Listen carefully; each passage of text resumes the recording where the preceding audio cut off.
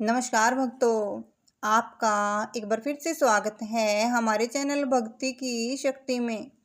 आज के इस वीडियो में हम आपको कार्तिक मास की कथा का 6वां अध्याय सुनाएंगे। जय श्री कृष्ण भक्तों।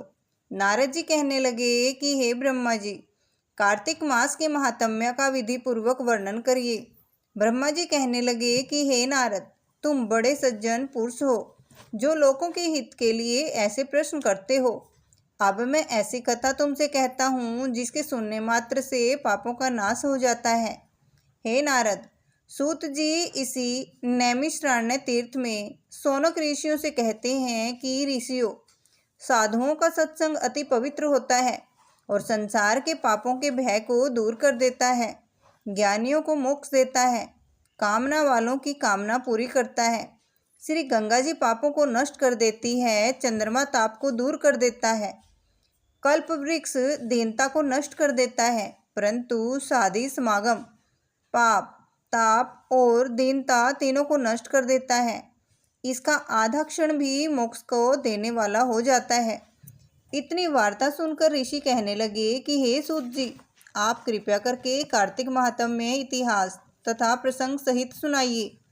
तब सूत जी कहने लगे कि हे ऋषियों, एक समय भगवान कृष्ण से कमल जैसे नेत्रों वाली श्री सत्यभामा जी कहने लगी कि मैं धन्य हूँ और मेरे माता पिता भी धन्य हैं, जिनके मेरे जैसी कन्या उत्पन्न हुई, जिसके पति आप भगवान हुए। आप 16,108 रानियों में सबसे अधिक मुझसे प्रेम करते हैं। जिस कल्प वृक्ष की पृथ्वी के लोग बात तक नहीं जानते, वह मेरे आंगन में लगा हुआ है। अब मैं आपसे एक बात पूछना चाहती हूँ। आशा है मेरे हित के लिए आप वह बात अवश्य बताने की कृपया करेंगे। इतनी बात सुनकर श्री कृष्ण जी सत्यभामा का हाथ पकड़कर कल्प वृक्ष के नीचे ले गए और कहने लगे कि हे सत्यभामे, सब रानियों में तुम मुझको सबसे अधिक प्रिय हो। तुम्हारे स्नेहवश मैंने इंद्र से विरोध करके यह कल्प वृक्ष स्वर्ग से लाकर तुम्हारे आंगन में लगाया। मैं तुम्हारे लिए अधेय भी दे सकता हूँ, अकथ्य भी कह सकता हूँ। अब तुम मुझसे यदि गुप्त से गुप्त बात पूछोगी तो वह भी मैं बतलाऊंगा। सत्यभामा कहने लगी कि हे स्वामिन, पहले जन्म में मैंने ऐसा कौन सा पुण्य कर्म किया था जिससे मैं आपकी अर्धांगिनी बनी और गरुड़ पर बैठकर आपके साथ इंद्रादि लोकों में भी जा सकती हूँ। पहले जन्म में मैं कौन थी, किसकी कन्या थी, आप विस्तार पूर्वक कहिए। भगवान कृष्ण कहने लगे कि हे सत्यभामे, तुम ध्यान पूर्वक सुनो। मैं सब वृत्तांत विस्तार से कहता हूँ। पहले सतयुग के अंत में मायापुर के अत्रि कुल में वेद तथा शास्त्रों का जानने वाला देव शर्मा नाम का एक ब्राह्मण रहा करता था। वह सूर्य का भक्त था तथा दिन रात अतिथियों की सेवा किया करता था। उसके कोई पुत्र नहीं था, परंतु बड़ी आयु में उसके एक कन्या उत्पन्न हुई जिसका नाम गुणवती था। देव शर्मा ने चंद्र नामक अपने एक शिष्य के साथ अपनी कन्या गुणवती का विवाह कर दिया। चंद्र पिता के समान उसकी सेवा करता था। एक दिन देव शर्मा अपने दामाद के साथ लकड़ियां काटने के लिए हिमाचल के समीप गया।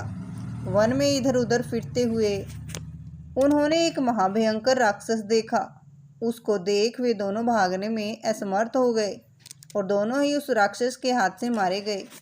परंतु उस क्षेत्र के प्रभाव और अपने कर्मों के कारण हमारे वैकुंठ धाम को प्राप्त हो गए, क्योंकि जैसे मेघ में बरसा हुआ जल सभी नदियों द्वारा समुद्र में प्रवेश पा जाता है, वैसे ही गणेश, शिव, सूर्य, विष्णु किसी भी देवता की उपासना की जय हमको ही प्राप्त हो जाती है।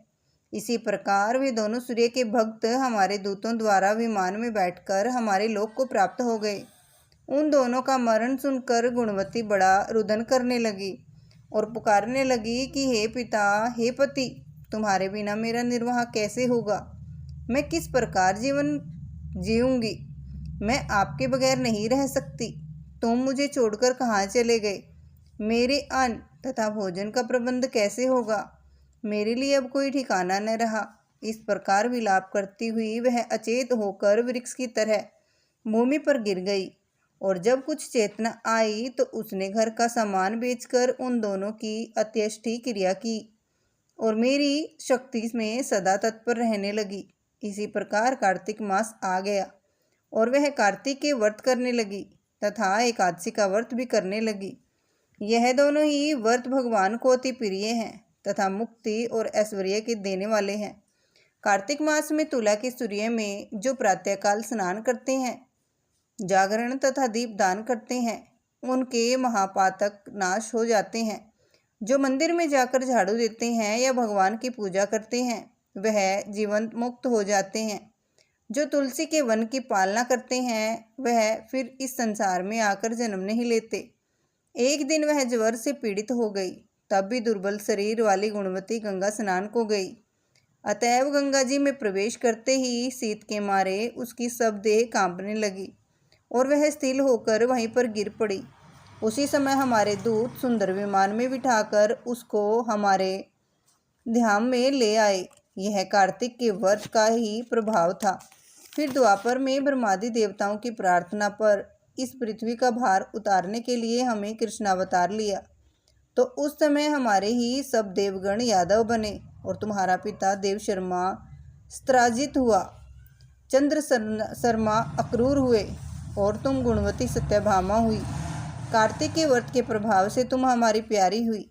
तुमने आजन्म तुलसी के वृक्ष का पालन किया, इसी से तुम्हारे आंगन में कल्प वृक्ष है। कार्तिक में तुमने दीपदान किया, इसी से तुम्हारे घर में लक्ष्मी स्थित है। जो कार्तिक मास में तुमने व्रतादि किए, उसी से तुम हमारी अर्धांगिनी हुई। जो कोई कार्तिक मास में व्रतादि करता है, वह हमको तुम्हारे समान ही प्रिय होता है। अन्य दूसरे जप तप यज्ञ दान आदि कार्तिक मास की 16वीं कला के बराबर भी नहीं है। इस प्रकार कार्तिक महात्म्य का 6वां अध्याय समाप्त हुआ। बोलिए श्री कृष्ण भगवान की जय हो। भक्तों, ऐसी ही आध्यात्मिक और रोचक कथाओं को सुनने के लिए हमारे चैनल को सब्सक्राइब करें और वीडियो को लाइक और शेयर जरूर करें। धन्यवाद। राधे राधे। जय श्री कृष्णा।